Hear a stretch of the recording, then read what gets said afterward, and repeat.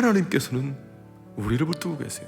심지어 우리가 하나님을 향해서 신앙의 게으름을 피우고 영적인 나태함 속에 빠져있다 할지라도 하나님은 그 순간에도 우리를 위해서 일하고 계시고 열심을 내어 우리를 이끌고 계십니다. 이제 내가 내 거룩한 이름을 위하여 열심을 내어 이스라엘 회복시키겠다.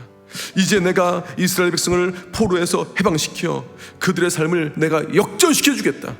이제 내가 그렇게 열심으로 그들을 이끌겠다. 내 이름을 위하여 너를 회복시키겠다는 것은 하나님의 전 존재를 걸고 하나님의 성품을 걸고 내가 너를 이끌겠다라는 하나님의 의지가 강력하게 표현된 것입니다. 저는 이 말씀을 보면서 2021년 우리에게도 이제 이루실 하나님의 열심이 우리에게 얼마나 소중한지를 보게 돼요. 특히 저는 우리 교회를 향한 하나님의 열심이 이제 일어나기를 얼마나 간절히 구하고 소망했는지 몰라요.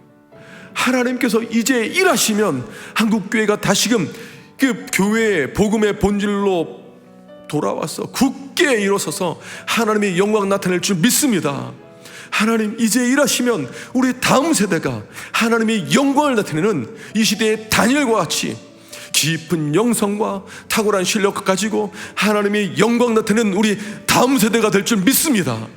그러면 우리의 삶 가운데 이미 이루신 열심이 있고 지금도 이뤄가시는 열심이 있는데, 그러면 하나님께서 어떻게 하나님의 열심으로 이뤄가셨나요? 첫 번째가 뭐냐면 나를 구원시키시는 하나님의 열심을 확신하라.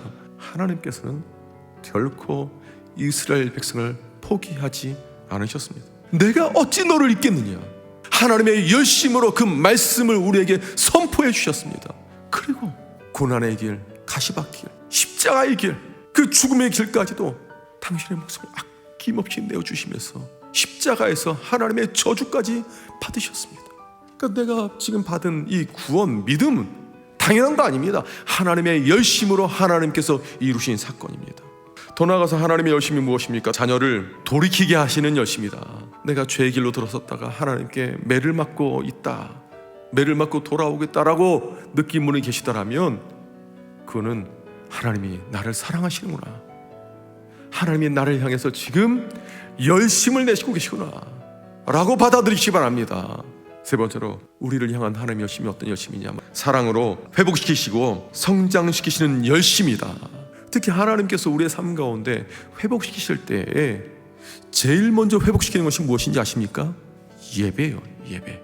하나님께서는 하나님의 자녀가 죄의 길에 들어섰을 때 다시 돌이키게 할 뿐만 아니라 돌아온 탕자와 같은 자녀들을 하나님께서 붙드셔서 먼저 예배부터 회복케 하시고 예배를 통해서 은혜를 누리게 하시고 예배를 통해서 하나님과의 관계를 회복시키십니다.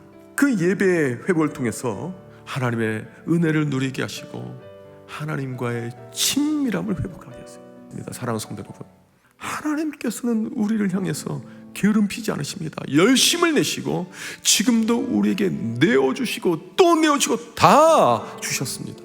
하나밖에 없는 아들도 주셨고 성령도 주셨고 말씀도 주셨고 우리를 이끌어 주십니다.